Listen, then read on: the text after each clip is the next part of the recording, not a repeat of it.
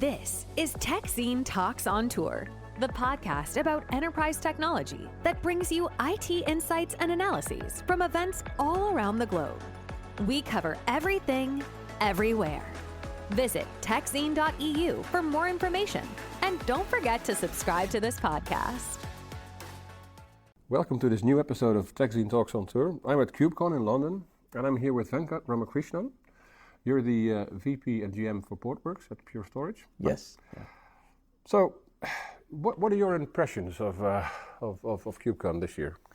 Well, it's been pretty exciting. There's lots of great traffic. The crowds are expected to cross 19,000+ people right soon, and we see a lot of traffic in the booth. A lot of exciting conversations. I would say that I see previously, a few years back, you would get a lot of people who are tire kicking and seeing where the technology is. Mm-hmm.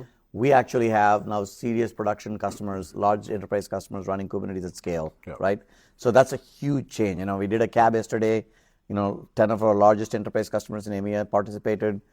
They all learned from each other how they're operating their infrastructure. We learned a ton.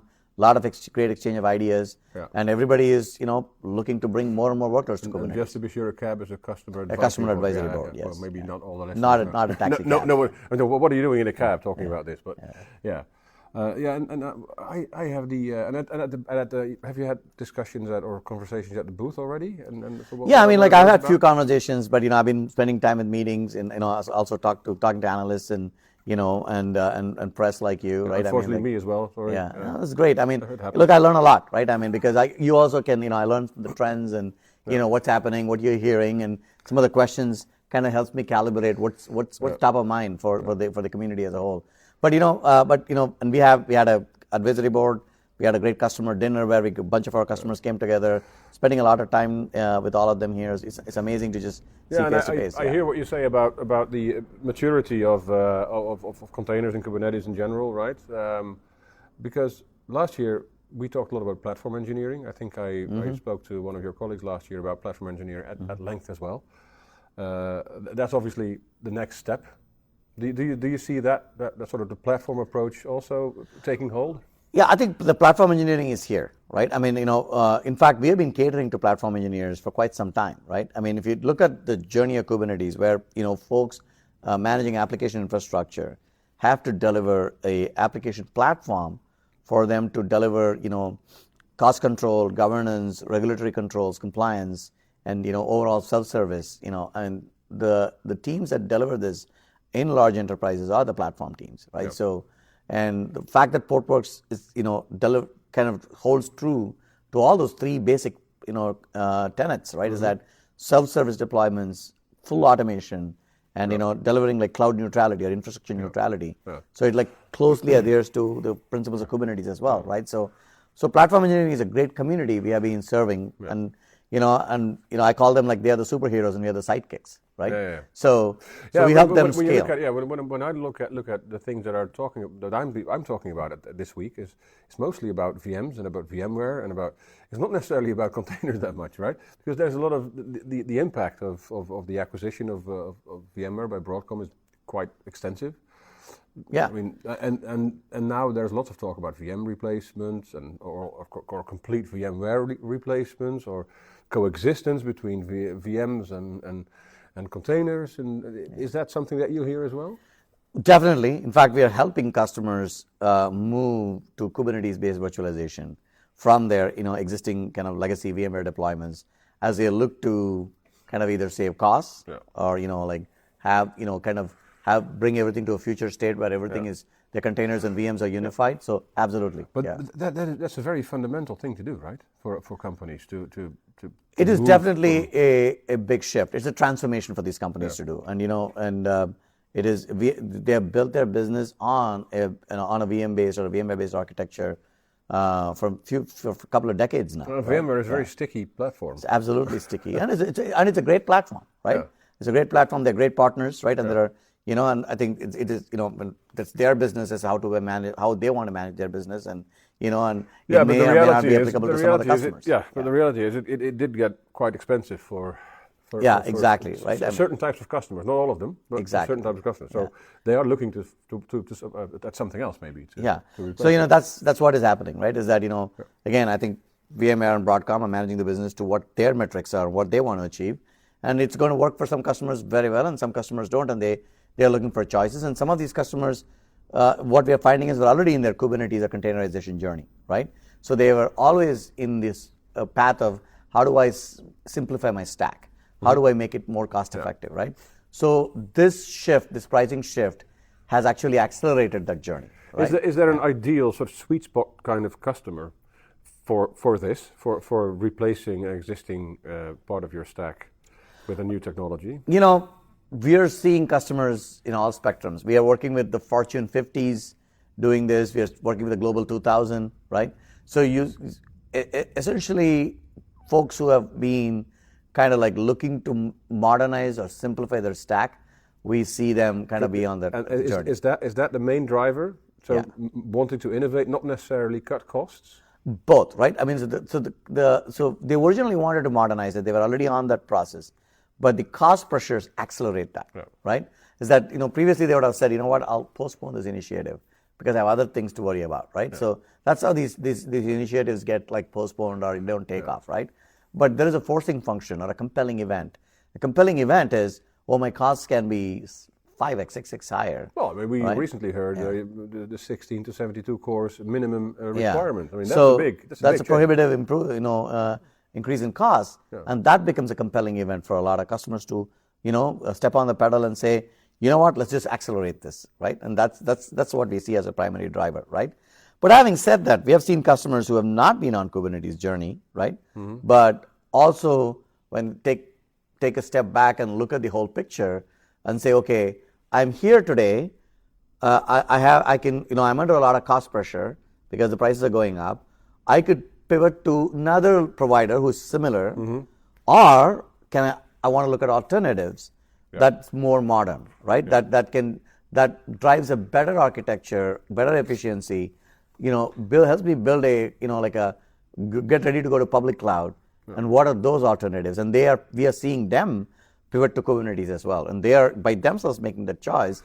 Is that I'd rather go Kubernetes, and then if I'm going to retrain my engineering team or my technical team on another legacy product, I would rather retrain them on something that's modern, and then I've ensured my next 10, 15 years that I'm on a more modern platform, right? So that makes sense. But you mentioned people.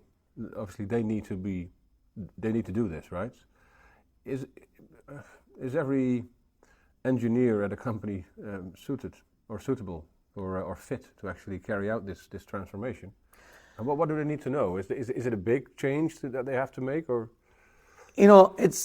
I think, I get where you're going, but I look back as to what we have come in the last few years, right?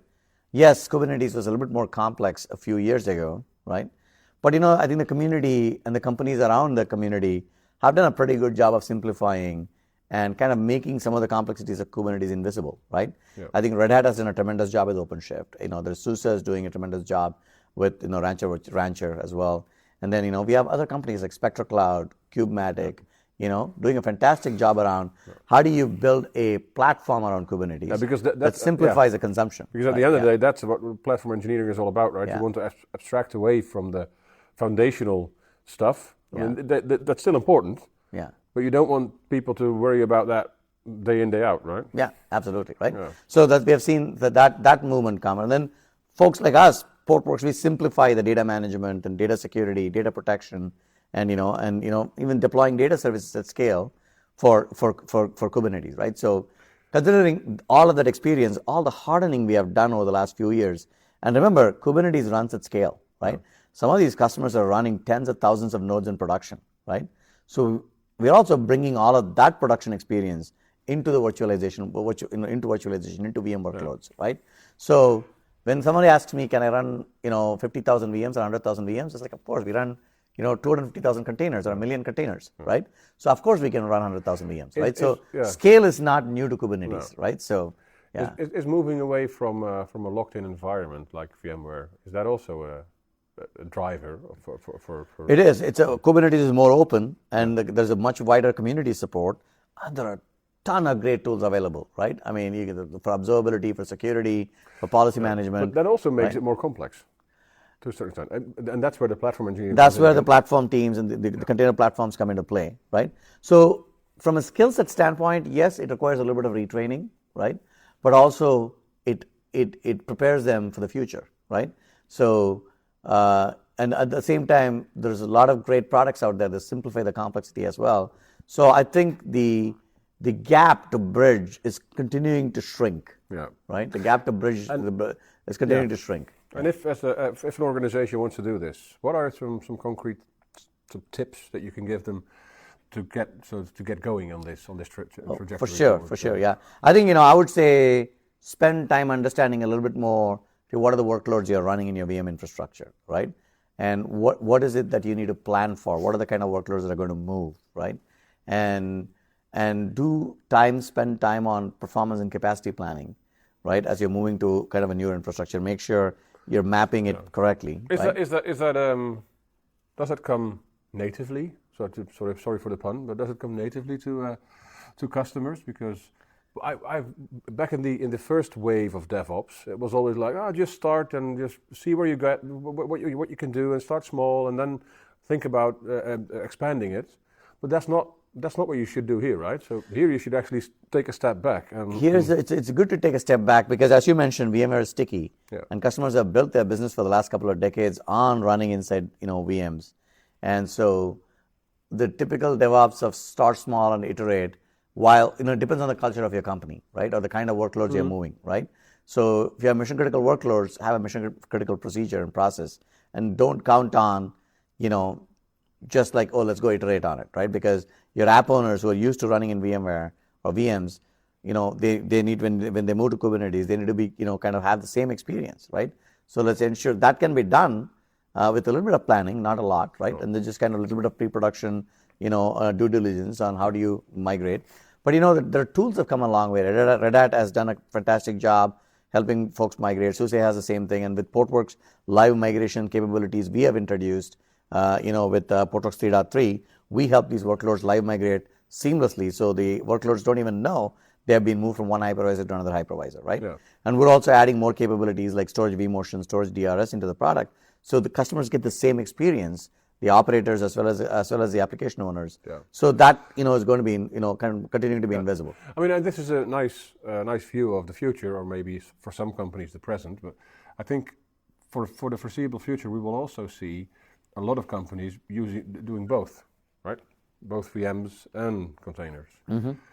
That's something that you need to be able to orchestrate and to manage. And exactly right. I mean, actually going to this Kubernetes, going to a Kubernetes virtualization or KubeVirt or a solution enables that, right? Because otherwise you're going to have two kinds of application clusters you have to manage as a company. You have a bunch of legacy apps running in a legacy hypervisor, and then you have your modern apps running in Kubernetes, right, or a platform for containers.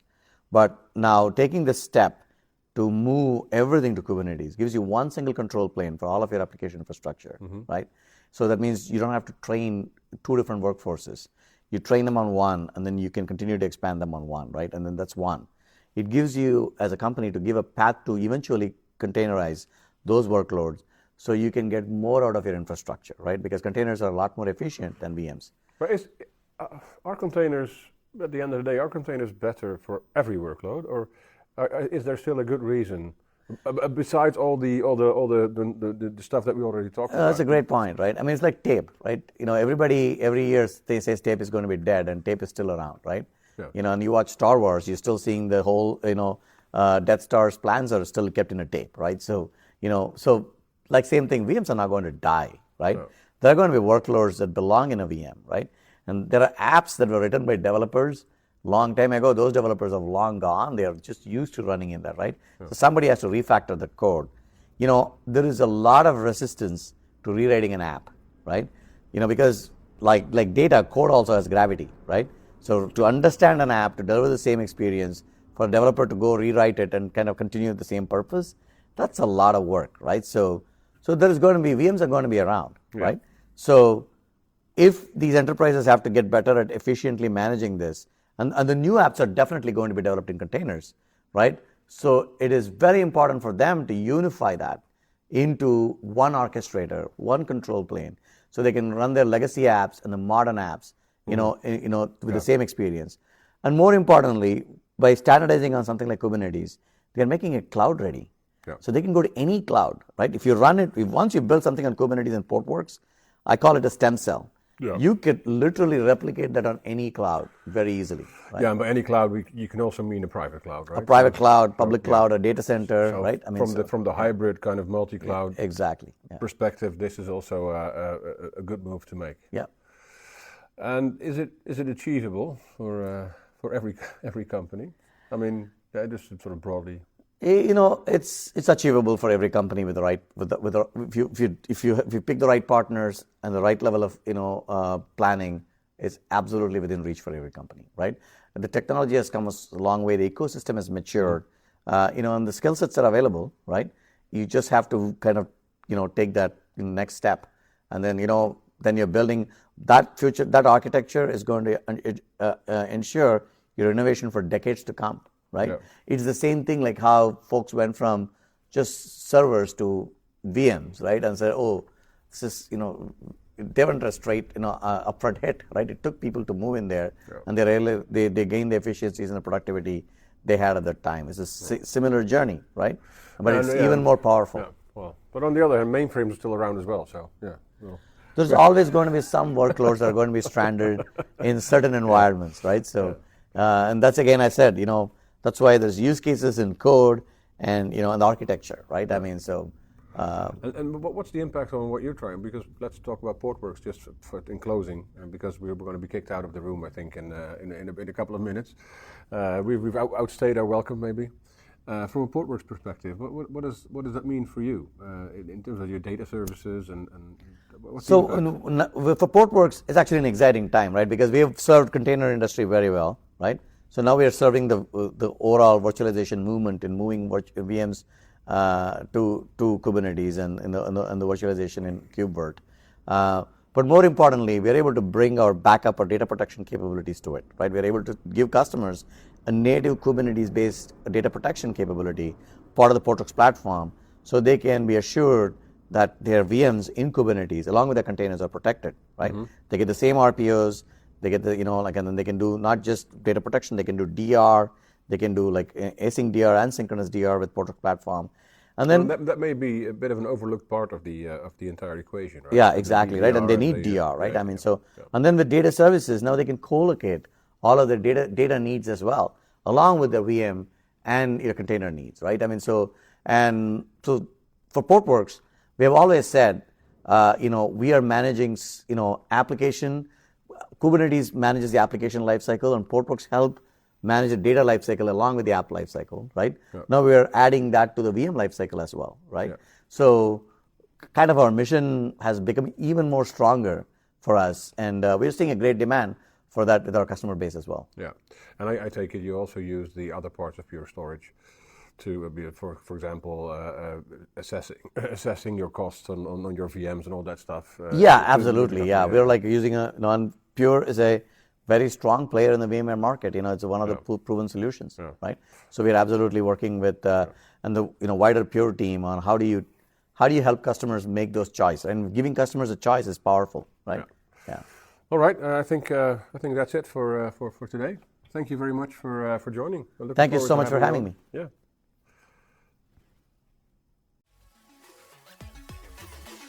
Thanks so much for tuning in to this episode of TechScene Talks on Tour. If you're enjoying the show, please feel free to rate, subscribe, and leave a review wherever you listen to your podcasts. That helps others find the show, and we greatly appreciate it. If you'd like more information, please feel free to visit techzine.eu, where we cover everything, everywhere. Thanks again for listening, and we hope you'll join us again on the next episode of TechScene Talks on Tour.